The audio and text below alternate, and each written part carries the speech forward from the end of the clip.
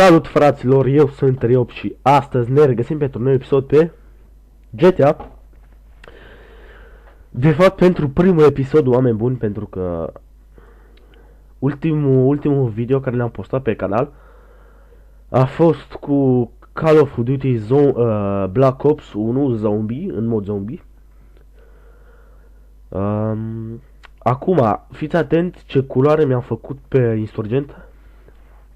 Am deblocat vișiniu. Acum nu știu cât timp și mi-am adus aminte astăzi sau alaltăieri de el și cum îi spune,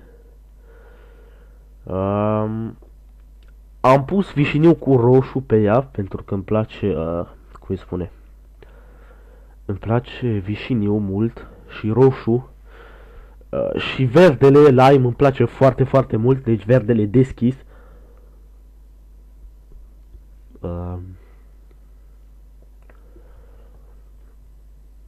Stați un pic să îi omor pe ăștia, că văd că ăla moare cam greu de acolo. Așa l-am omorât.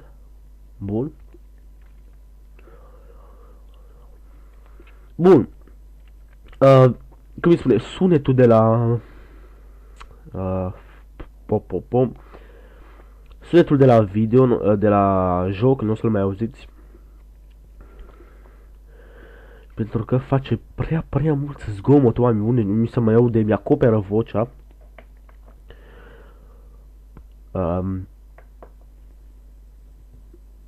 Stați să iau curba. Mi-a venit o idee genială acum în cap. Stați să iau curba frumos. Frumos am spus. Nu-i nimic. Bun, fiți atenți ce idee mi-a venit în cap. Să punem să lipesc bombe pe mașinile astea. Așa, stați un pic să iau cocaina. Unde e cocaina? Idee de subții sub mine, cocaina. Da, exact. Roata din spate, uitați-vă la roata din spate, cocaina acolo. Aici să iau cocaina și da, hai să vă spun ce am vrut să fac. Fiți atenți. Vreau să pun bombe pe mașini, deci uite așa, bombe de astea ce se lipesc. Una, două, și vreau să, cum îi spune, să le pun pe ele și gen să mă întorc cu spatele la mașini și să mă uit cum explodează. Vreau să văd cum e, să stați un pic să parchez. Nu era bine acolo, de ce n-am lăsat acolo? Fac. În fine, fiți atenți ce vreau să fac. Punem astea așa ceva, stați un pic să cadrez, așa, bun, nu. Hai că așa cât de cât e bun, fiți atenți. Așa, pac, deci explozia asta e frumoasă cu un slow motion, ar arăta superb. Deci așa am vrut să, deci așa vreau să fac trailerul la GTA, cum îi spune, cu ideea asta. Bine, ideea am avut-o de mult, dar ideea mi-a venit acum, cum îi spune, stați un pic sau, fac, tot timpul nu iau curba cum trebuie aici. Ideea mi-a venit de mult cu ăsta, am vrut să o fac prima oară la trailer, oameni buni, la trailerul din GTA.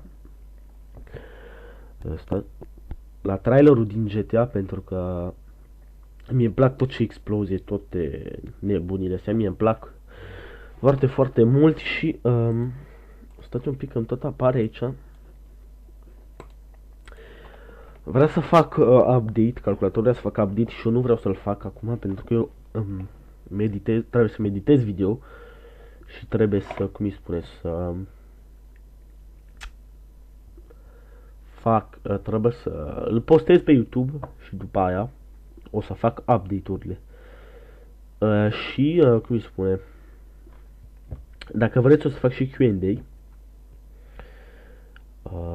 Cum îi spune, Q&A, deci scrieți în comentarii da sau nu, ceva de genul. Bun, hai să facem, dacă, de exemplu, votăm, dacă sunt 3 de nu, nu facem, dacă sunt 3 de nu și 2 de da, nu facem Q&A. Dacă sunt 3 de da și 2 de nu, facem Q&A. Bun. N-am putut să postez mai devreme pentru că calculatorul meu a fost piratat, oameni buni, dacă nu mă credeți. Cum îi spune, vorbeam cu un prieten, vorbeam la telefon și dintr-o dată nu mi s-a blocat calculatorul și l-am oprit, l-am aprins iară și eu tot băgam parola acolo, zicea că nu e parola bună. What the fuck, asta e parola bună, ce s-a întâmplat cu calculatorul sau are ceva tastatura? Am scos tastatura, am băgat-o iară, nu funcționa. Bun, am zis, are o problemă. Și după aia mi-am dat seama, am zis, am fost piratat pentru că am uitat de antivirus, am uitat să activez antivirus pentru că s-a terminat abonamentul antivirus, de fapt abonamentul, un gen de abonament. Și s-a terminat. Și a trebuit să bag un CD, un calculator și să recuperez toate pozele, deci tot ce am eu pe aici, cum îi spune, poze, muzici, deci toate prostile, muzica de la YouTube care o să o bag în fine.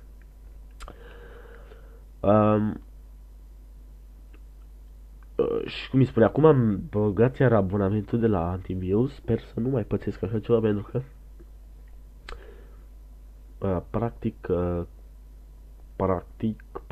practic și teoretic calculatorul, orice calculator trebuie să aibă antivirus și acesta este un exemplu ce mi-a dat acum. Deci, eu n-am crezut că dacă nu o să activez antivirus o să fiu piratat sau ceva de genul. Am fost avertizat de câțiva prieteni ai mei că dacă îi să cumpăr calculator nou sau să bag Windows nou, să descarc în primul rând antivirus, de ce n-am crezut niciodată. O să pățesc așa ceva și chiar am pățit-o, oameni buni. Calculatorul nu se mai aprindea, aveam un ecran negru și zicea că cum îi spune, parola nu e bună, chiar dacă nu băgam parola, el zicea că parola nu este parola incorrectă, zicea că nu funcționează și se oprea calculatorul. Cum îi spune, eram gen, what the fuck, ce se întâmplă?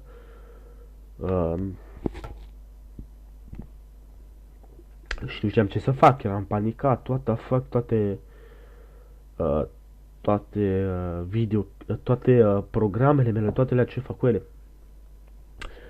La urmă am găsit un tutorial pe YouTube cum să recuperez cum îi spune, cum să-mi recuperez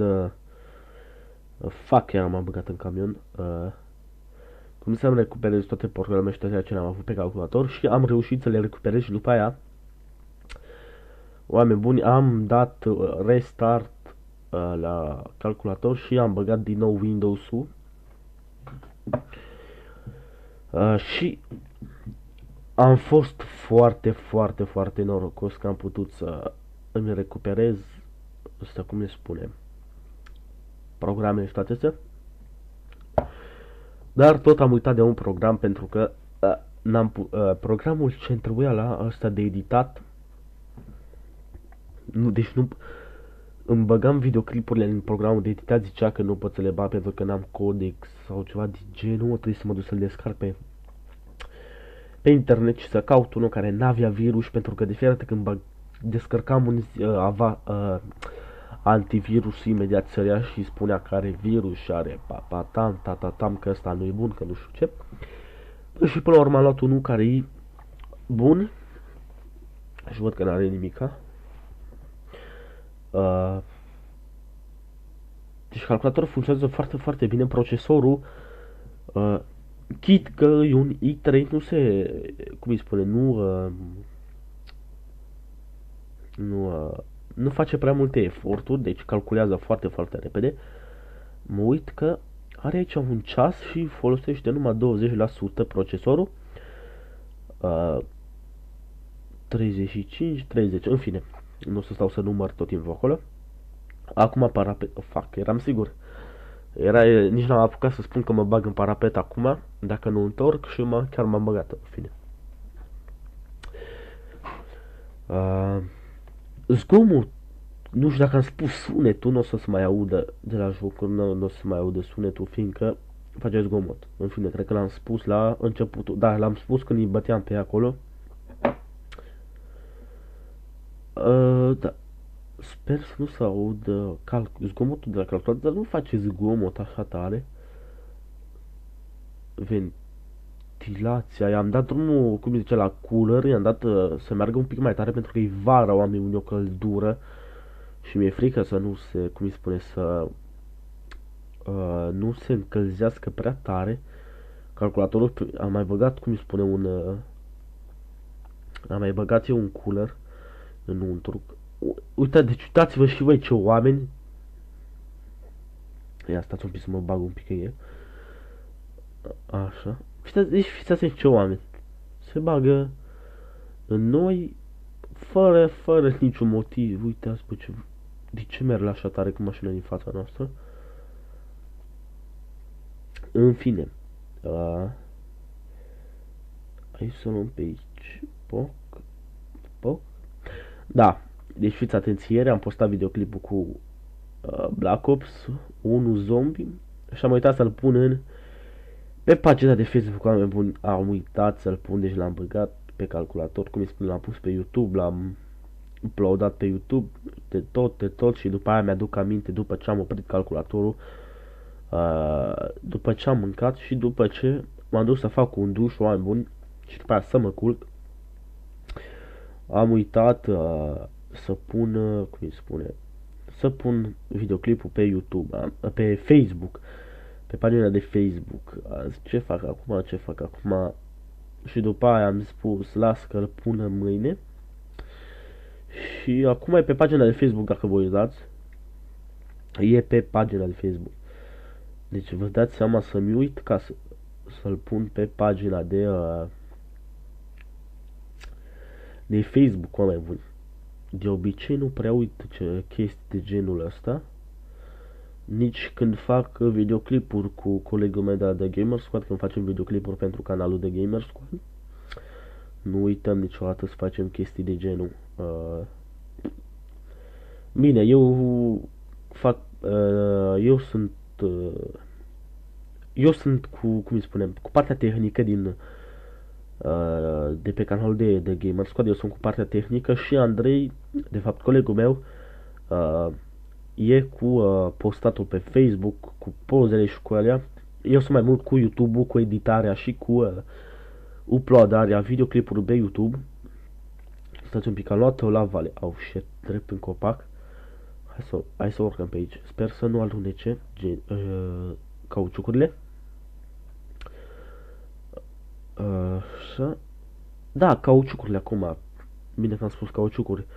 Am pus cauciucuri de astea, cum îi spune, de gamă, am pus cauciucuri de gamă.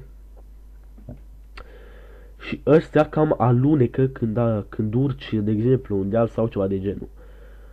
De ce n-am pus cauciucuri off-road? Pentru că,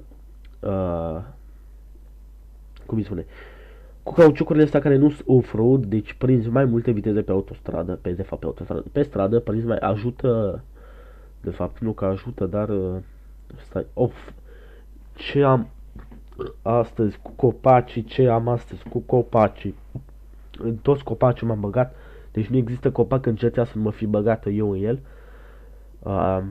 În fine, cauciucurile off-road, alea nu te ajută să prinzi viteză, dar te ajută să urci. Deci cauciucurile alea rar patinează, în fine, numai pe pantă de, hai să zicem,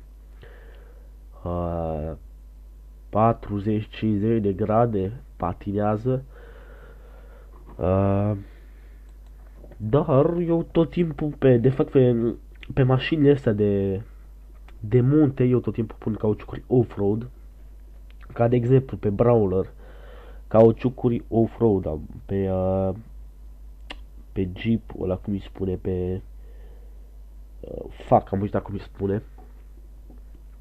În fine, pe toate astea cu ce urc eu pe dealuri cu ele sau pe munți, pun cauciucuri off-road pentru că ajută foarte mult să urci. Bine, nu zic că astea, cum îi spune, de gamă, cauciucurile astea fără crampoane sau cum vreți să-i spuneți, nu urcă. Eu nu spun asta, eu spun că alunecă, de exemplu, alunecă la o pantă de 20-30 de grade, cauciucurile astea alunecă. Acum, dacă uitați bine, nu alunec. Cred că am nimerit cauciucurile bune pentru munți și deci acum cred că cum îi spuneam, ales cauciucurile bune pentru munte și pentru stradă. Sper să fie bune, să nu... Văd că n-alunecă. Nu alunecă. Înseamnă că-s bune. O să urc aici sus în deal și normal aici sus în munte. Și normal trebuie să fie o parașută și o să încerc să sar cu parașuta, nu promit nimic. Să încerc să sar cu parașuta și să facem, cum spune, și să vă spun la revedere, pentru că aici o să se termine episodul din GTA 5, de fapt primul episod.